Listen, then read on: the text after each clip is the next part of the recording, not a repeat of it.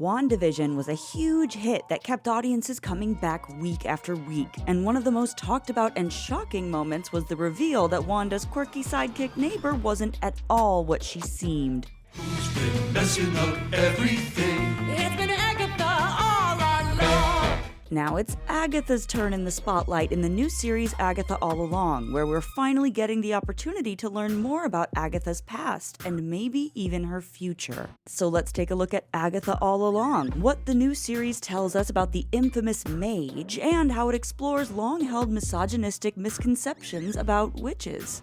Witches like you are the reason people think we poison apples and steal children and eat babies. Babies are delicious. The Marvel Cinematic Universe, MCU, kicked off Phase 4 with its first Disney Plus TV show, WandaVision. Set after the events of Avengers Endgame, the series starred Elizabeth Olsen as Wanda Maximoff and Paul Bettany, formerly the voice of Jarvis, as her husband Vision. Over the course of the series, Wanda and Vision live out different eras of sitcoms, from Dick Van Dyke to The Brady Bunch to Malcolm in the Middle, in the real town of Westview, New Jersey. Along for the ride was Agatha Harkness, brought to life on screen by Kathryn Hahn, a character who made such an impression WandaVision showrunner Jack Schaefer returned to dig deeper into her past and future in the MCU. So let's take a second to rewind the clock and analyze the clues about Agatha's true character we got from WandaVision. In the pilot episode, Agatha drops by Wanda and Vision's home unannounced and introduces herself as Agnes. She's the archetypal nosy neighbor with a naughty sense of humor who always finds a reason to mention her unseen husband, Ralph. But unlike other residents of the picturesque town, she's not under the influence of Wanda's magic. She plays up her role in every era, dropping little clues that suggest she knows what's really going on. Look, it's the star of the show. Agnes even has a few glitchy moments that throw Vision off, prompting Wanda to rewind and cover it up, or just brush it off completely.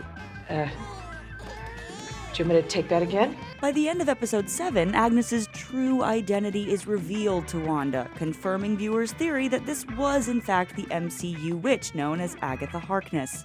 The name's Agatha Harkness. Lovely to finally meet you, dear. The moment also unleashed the iconic bop of 2021 written by Kristen Anderson Lopez and Robert Lopez, reminiscent of the Munsters theme music, giving us exposition along the way. Who's been pulling every evil string? It's been Agatha all along. The character was first introduced as the governess for Reed and Sue Richards' son Franklin way back in 1961's Fantastic Four number 94. She meets Wanda Maximoff 2 years later in Avengers number 128, becoming her magical mentor. But her origins play out quite differently in WandaVision. The beginning of the penultimate episode takes us to 1693 Salem, Massachusetts, where a young Agatha Harkness is bound to a stake surrounded by her coven, including her own mother. She's accused of practicing dark magic, which she slyly denies. I did not break your rules. They simply bent to my power. They all blast her with magic, but their attempt to drain her powers fails, and instead she takes theirs, killing them in the process. Back in Westview, a frustrated Agatha tries to get Wanda to reveal how she crafted such a massive spell controlling an entire town. She takes Wanda on a memory tour of pivotal points in her life, from her parents' tragic deaths in Sokovia to stealing Vision's remains from Sword headquarters. I have a theory, but I need more. Agatha realizes she's the legendary being capable of spontaneous creation. This whole little life you've made. This is chaos magic, Wanda. And that makes you the Scarlet Witch. The two take to the skies in a showdown that sees Wanda siphoning Agatha's magic just as Agatha did to her coven in Salem, and leaving her stuck in Westview, trapped in a mental hex. You have no idea what you've unleashed. You're gonna need me. If I do, I know where to find you. Agatha All Along picks up 3 years after WandaVision, and Agatha is back in her Agnes persona. This time, instead of sitcom hopping, she's starring in her own Mare of Easton-esque crime drama, complete with opening titles. Hahn embodies the attitude and physicality of the cliché female detective we've seen so often, an abrasive middle-aged spinster who doesn't trust anyone and intimidates everyone with her masculine presence. The discovery of a Jane Doe, implied to be Wanda's corpse after her alleged death in Multiverse of Madness, has Agnes visibly shaken.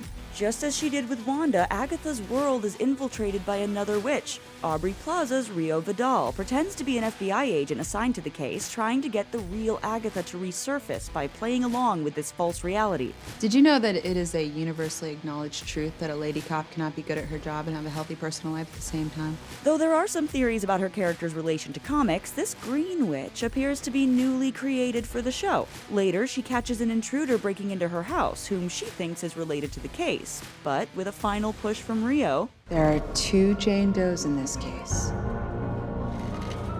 And you know her name.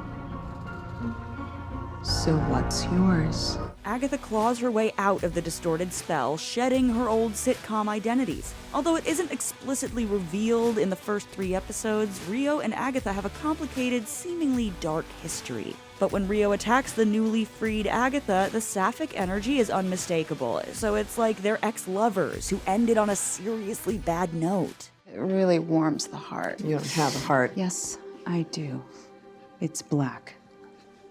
And it beats for you. While Joe Locke's Teen takes credit for freeing her from Wanda's spell, Rio's arrival could have also been responsible for unlocking Agatha's mind. Or maybe it's a combination of both. Teen is another character shrouded in mystery by a literal spell keeping him from revealing his real name and any details about himself. Theories abound. He's thought to be Billy Kaplan, aka Wiccan, the young Avenger with the soul of Wanda's son, Billy Maximoff. He could be Agatha's son, Nicholas Scratch. Or there's the ever-present Mephisto theory. For now, he's just Teen, Agatha's pet, familiar, sidekick, mentee, and #1 fan. Okay, so confession, I know an egregious amount about you. I've been obsessed since I first showed up on your Salem days. One of my favorite you eras. It's a good one. He's a student of witchcraft, but needs Agatha to take him down the legendary Witch's Road, first mentioned in James Robinson's Scarlet Witch #3 in 2015, which has a series of trials in different aspects of the craft with a prize waiting at the end, for those who survive. According to The Ballad of the Witch's Road, another future chart topper by the Lopez's, the Witch's Road can only be summoned and walked by a coven. Gather sisters, fire, water, earth, and air. Meaning Agatha must recruit other covenless witches like herself. While the idea of covens is to form a sisterhood, these witches are lone wolves for a reason. As seen in WandaVision, Agatha has a reputation for taking power away from other witches. I take power from the undeserving. It's kind of my thing. Which makes this impromptu coven assembly all the more difficult. She first approaches Lilia Calderu, played by icon Patti LuPone, a 450-year-old Sicilian witch who specializes in divination, first seen in 1972's Marvel premiere #12. Next is Sashir Zamata's Jennifer Kale, first seen in 1970's Adventure into Fear #11, a sorceress with an expertise in potions and alchemy, who's powerless and relegated to working in the skincare industry. I'm offering you the chance to finally lift the binding spell that has kept you magicless for the last, century? Agatha and Teen track down Alice Wu Gulliver, played by Ali Ahn, a protection witch who debuted in 2016's Doctor Strange Last Days of Magic #1, and whose powers have gone dormant as she job hops as an ex-cop and security guard. The final role to fill is that of a green witch. Lilia's vision produced a list of names and one black heart, implied to be Rio. Agatha instead recruits her neighbor Deborah Jo Rupp's Sharon Davis, aka Mrs. Hart from WandaVision, who has enough of a green thumb to fulfill the requirement. Despite none of them wanting to come together to risk their lives, they each have something they're missing that they could regain at the end.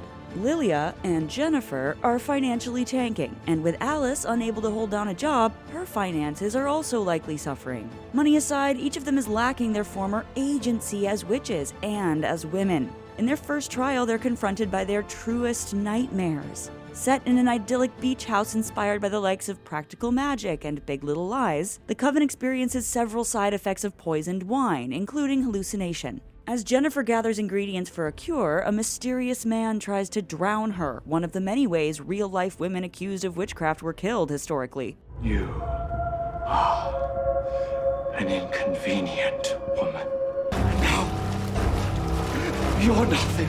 Alice sees the ghost of her mother, who was believed to be unwell, but actually battling a generational curse on the women in her family. I can't protect you! Agatha hears a baby crying in a bassinet, but it's revealed to be the Darkhold, further implying that she sacrificed her son to possess the Book of the Damned. As much as the 5 women hate one another, constantly bicker, and throw major shade, there's still a sense of underlying sisterhood forged by their universal fears and trauma as witches. They know when and how to uplift each other. You can be that witch again. They can take your power, Jen.